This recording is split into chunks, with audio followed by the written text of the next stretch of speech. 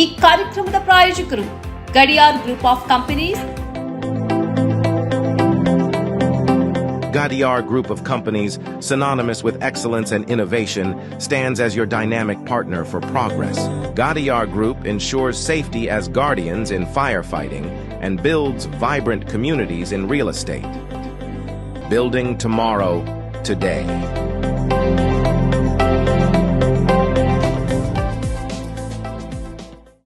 Kudukoli petrol pump Perla ವಿಶ್ವಾಸಾರ್ಹ ಸೇವೆಗೆ ಅಬ್ದುಲ್ಲಾ ಮದುಮುಲೆ ಸಾರಥ್ಯದ ಪೆರ್ಲಾ ಕುಡುಕೋಳಿ ಪಂಪ್ಗೆ ಭೇಟಿ ನೀಡಿ. ರಾಜ್ಯ ಹೆದ್ದಾರಿ 64ರಲ್ಲಿ ನಿಮಗಾಗಿ ಕಾಯುತ್ತಿದೆ.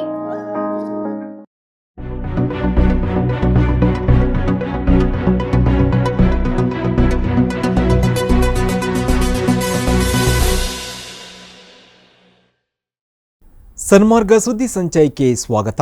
ನಾನು ಶಂಶೀರ್ ಬುಡೋಳಿ. ಬಡ ಕುಟುಂಬಗಳಲ್ಲಿ ಮಕ್ಕಳು ಹೆಚ್ಚು, ಯಾಕೆಂದರೆ ಅವರಲ್ಲಿ ಸಂಪತ್ತು ಇಲ್ಲ. ಆದರೆ ನೀವು ಮುಸ್ಲಿಮರ ಬಗ್ಗೆ ಮಾತ್ರ ಯಾಕೆ ಮಾತನಾಡ್ತೀರಿ? ಮುಸ್ಲಿಮರು ಕೂಡ ಈ ದೇಶಕ್ಕೆ ಸೇರಿದವರು ಎಂದು ಕಾಂಗ್ರೆಸ್ ಅಧ್ಯಕ್ಷ ಮಲ್ಲಿಕಾರ್ಜುನ ಖರ್ಗೆ ಹೇಳಿದ್ದಾರೆ.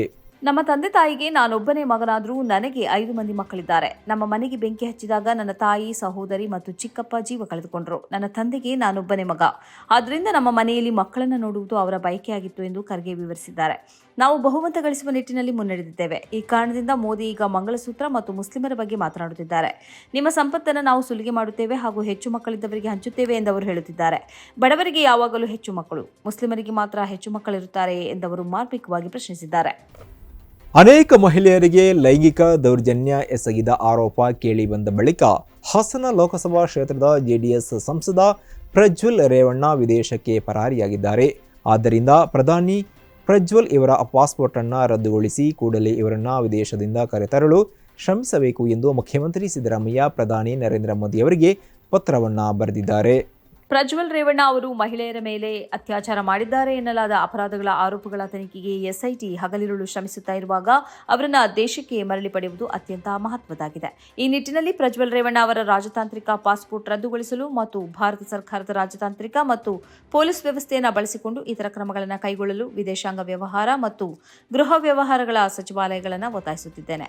ಅಂತಾರಾಷ್ಟ್ರೀಯ ಪೊಲೀಸ್ ಏಜೆನ್ಸಿಗಳ ನೆರವಿನಿಂದ ಸಂಸತ್ ಸದಸ್ಯನನ್ನು ಶೀಘ್ರವೇ ವಾಪಸ್ ವಿದೇಶದಿಂದ ಕರೆತರಲು ಮನವಿ ಮಾಡುತ್ತಿದ್ದೇನೆ ಎಂದು ಸಿದ್ದರಾಮಯ್ಯ ಪತ್ರದಲ್ಲಿ ಕೋರಿದ್ದಾರೆ. ಬಿಜೆಪಿ 10 ವರ್ಷ ಅಧಿಕಾರದಲ್ಲಿ ಇದ್ದರೂ ಕೂಡ ಹಿಂದೂಗಳು ಮಾತ್ರ ಅಪಾಯದಲ್ಲಿದ್ದಾರೆ ಎಂದಾದರೆ ಆ ಪಕ್ಷ ಮರಳಿ ಅಧಿಕಾರಕ್ಕೆ ಬರಬಾರದು ಎಂದು ಮಾಜಿ ಕ್ರಿಕೆಟಿಗ ಮತ್ತು ಟಿಎಂಸಿ ನಾಯಕ ಕೀರ್ತಿ ಆಜಾದ್ ಹೇಳಿದ್ದಾರೆ. ಪಶ್ಚಿಮ ಬಂಗಾಳದಿಂದ ಟಿಎಂಸಿ ಅಭ್ಯರ್ಥಿಯಾಗಿ ಅವರು ಲೋಕಸಭೆಗೆ ಸ್ಪರ್ಧೆ ಮಾಡ್ತಿದ್ದಾರೆ. ಮೊಘಲರ ಅವಧಿಯಲ್ಲಿ ಹಿಂದೂಗಳಿಗೆ ಅಪಾಯ ಇರಲಿಲ್ಲ. ಬ್ರಿಟಿಷ್ ಆಡಳಿತದಲ್ಲೂ ಇಂತಹ ಭಯ ಇರಲಿಲ್ಲ. ಸ್ವಾತಂತ್ರ್ಯ ನಂತರ ಅಧಿಕಾರಕ್ಕೆ ಬಂದ ಸರ್ಕಾರಗಳ ಅವಧಿಯಲ್ಲೂ ಹೀಗೆ ಆಗಿರಲಿಲ್ಲ. ಹಿಂದೂಗಳಿಗೆ ಎಂದೂ ಅಪಾಯದ ಪರಿಸ್ಥಿತಿ ಎದುರಾಗಿಯೇ ಇಲ್ಲ. ಹಿಂದೂ ರಾಷ್ಟ್ರೀಯವಾದಿ ಪಕ್ಷ 10 ವರ್ಷದಿಂದ ಅಧಿಕಾರದಲ್ಲಿ ಇರುವಾಗ ದಿಢೀರನೆ ಹಿಂದೂಗಳಿಗೆ ಅಪಾಯ ಎದುರಾದದ್ದು ಹೇಗೆ ಎಂದು ಕೀರ್ತಿ ಆಜಾದ್ ಪ್ರಶ್ನಿಸಿದ್ದಾರೆ.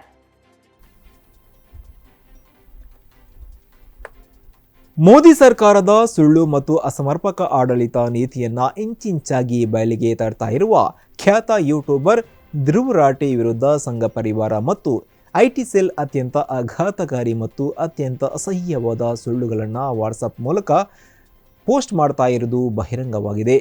ಧ್ರುವ ರಾಠಿಯ ನಿಜವಾದ ಹೆಸರು ಬದ್ರುದ್ದೀನ್ ರಶೀದ್ ಲಾಹೋರಿ ಎಂದಾಗಿದ್ದು ಇವರು ಪಾಕಿಸ್ತಾನದ ಲಾಹೋರ್ನವರು ಎಂದು ಈ ಸುಳ್ಳುಗಳಲ್ಲಿ ಒಂದಾಗಿದೆ. ಇವರ ಪತ್ನಿ ಕೂಡ ಪಾಕಿಸ್ತಾನದವರಾಗಿದ್ದು ಅವರ ನಿಜವಾದ ಹೆಸರು ಜುಲೈಕಾ ಎಂದಾಗಿದೆ ಎಂದು ವಾಟ್ಸ್ಆಪ್ನಲ್ಲಿ ಸಂದೇಶವನ್ನು ಹರಡಲಾಗುತ್ತಿದೆ. ಕರಾಚಿಯಲ್ಲಿರುವ ಭೂಗತ ದೊರೆ ದಾವೂದ್ ಇಬ್ರಾಹಿಂನ ಬಂಗಲೆಯಲ್ಲಿ ರಾಠಿ ವಾಸಿಸುತ್ತಿದ್ದಾರೆ ಎಂದು ಕೂಡ ವಾಟ್ಸ್ಆಪ್ ಮೂಲಕ ಸುಳ್ಳು ಸುದ್ದಿಯನ್ನು ಹಂಚಲಾಗುತ್ತಿದೆ. ರಾಠಿಯವರ ಪತ್ನಿಯ ತಂದೆ ಪಾಕಿಸ್ತಾನಿ ಎಂದು ಕೂಡ ವಾಟ್ಸ್ಆಪ್ ಸಂದೇಶದಲ್ಲಿ ಹೇಳಲಾಗಿದೆ. ಇದೇ ವೇಳೆ ಇದಕ್ಕೆ ಧ್ರುವ ರಾಠಿ ಉತ್ತರ ನೀಡಿದ್ದಾರೆ.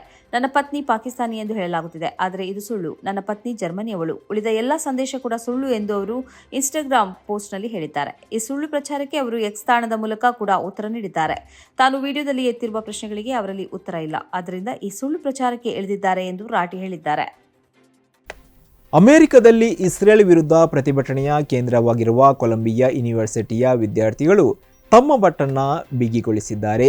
ವಿದ್ಯಾರ್ಥಿಗಳ ವಿರುದ್ಧ ಕ್ರಮ ಕೈಗೊಳ್ಳುವುದಕ್ಕೆ ಯೂನಿವರ್ಸಿಟಿ ಮುಂದಾಗಿದ್ದರೂ ವಿದ್ಯಾರ್ಥಿಗಳು ಹೆಜ್ಜೆಯನ್ನ ಹಿಂದೆ ಇಟ್ಟಿಲ್ಲ.